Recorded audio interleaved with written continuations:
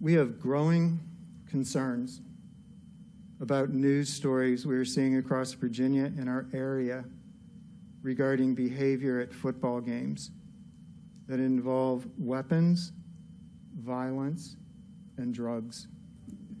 We want to be sure those events do not happen here in Fredericksburg, and we want procedures in place to maintain safety. Last week, we met with members of the police department. There was great concern expressed in that meeting over student behavior at the last home football game. It is important that we work together to be proactive in making sure people are safe. Based on their insight and recommendations, we have taken the following actions for football. We will no longer allow student backpacks. School administrators will have specific locations and duties at games for supervision. Additional law enforcement will be provided for football games. We are adding paid staff who know our children and who will be available to assist in monitoring those students during athletic events. A middle school administrator will be required to attend varsity football games. The high school principal will have communication access to law enforcement using one of the police department's radios. We are securing new walkie-talkies for administrators and staff. We are investigating other actions and other police recommendations that we will believe will enhance safety, and of course, we will keep the board up to date. There is absolutely no reason for concern. We want to work together so that everyone is safe. Okay. And the backpacks at the football games, that's starting now? It's starting now. Okay.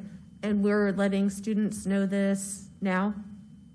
We wanted to wait till the board meeting tonight, and we will begin the campaign tomorrow. Okay. Oh, you finished? Yeah, I am. Okay, just a question. So, how are the police planning to monitor the games?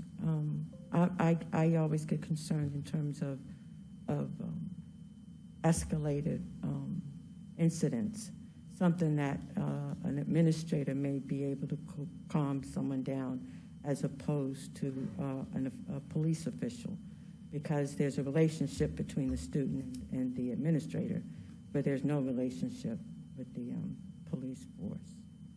That's why we felt very strongly about having the additional support present. That's why we've hired people who know the kids. We have a list of 10. Those 10 are either coaches or they just know the kids well, and they're the ones that can circulate and help us monitor student behavior.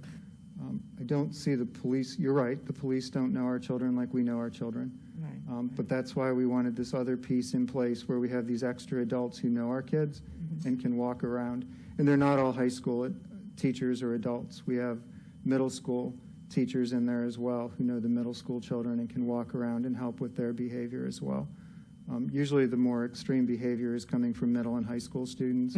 We don't really see that with elementary. But it was really important to us that those extra support people be present because they know our children. And then the police will just be a resource, as they always are. Partners, but a resource. Okay. Dr. Duffy, did you want to add something? Yes, thank you. I just want to thank central office staff and the police department working with us to make sure that our activities are the safest that they can be.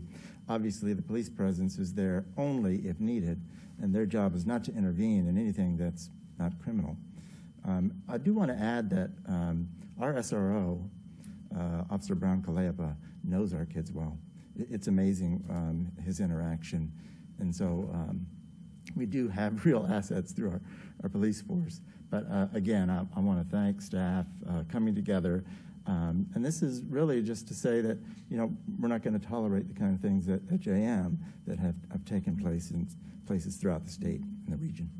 It's fair to say we typically have at least 5 officers at all of the games anyway? Yeah, usually have about Right. 4, and they're thinking about 6 to 8. And it's just kind of as a deterrent. All of this is a deterrent to make sure things are as they should be.